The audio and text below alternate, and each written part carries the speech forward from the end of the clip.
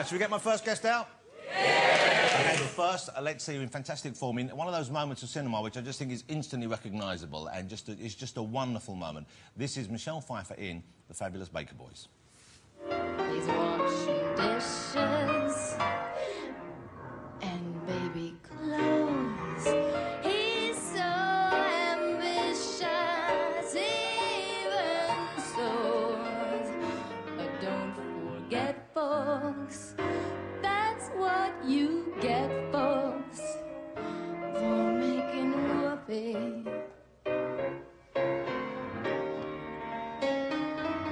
For making whoopee.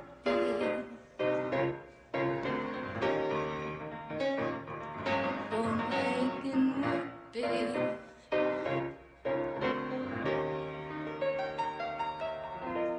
For making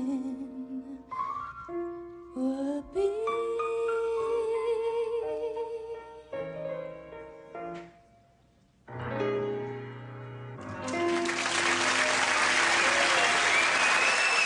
So that's how it's done. Please welcome Michelle Pfeiffer, ladies and gentlemen.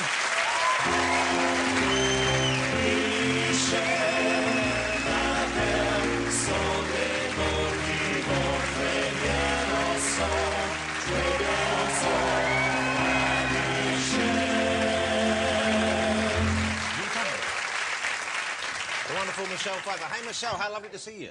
Oh, lovely to be here. Hey, I noticed you looking away when we showed the clip there. Are you, you one of these people who doesn't enjoy watching themselves on screen? I don't like it at all. Okay. I have to say, looking at it, though, I was just amazed that I didn't fall on my ass walking in those heels down that piano. OK, here's why I'm so pleased to see you back on the big screen, Michelle. It's because you kind of disappeared for a few years. You stopped making movies, and I'm assuming this was a conscious decision on your choice. How long was it in between the last movie you made and then coming back with Stardust, or whichever you made first? Well, I made one movie about 2 years ago. I'm not sure that it will ever come out, but it was about 4 years, I guess. In anyone's career, that's quite a long time not to be doing what is their primary kind of... I don't think anyone actually makes the conscious decision not to work for 4 years, but it just... and then after about 4 years, and my children started asking me, Mom, are you ever going back to work? And literally were kicking me out the door. I thought maybe it was time. You know you've been sitting around the house too long if they start saying that. Yeah. And do you slob around the house? Do you actually, you know, just relax, chill, not do stuff? Or are you one of these people who, even though they're not working, has to find things to occupy their time? Yeah, I have to be busy.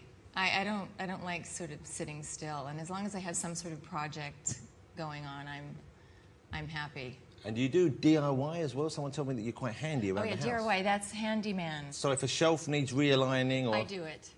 Yeah, love the hardware store. OK, see, and have you got all the equipment you need? Oh, yeah, I have my own power tools. You have a...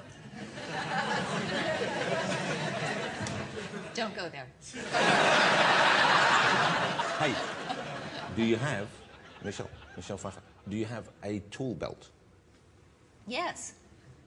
I love a tool belt. Me too. I've got a tool belt and I wear it, but I don't do any jobs. What colour is yours?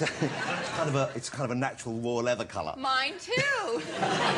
Have you ever worn it saucily with nothing else on, just to amuse your partner? No, actually I haven't. I have, and my wife wasn't that interested. Not really. Maybe you didn't have the right tools.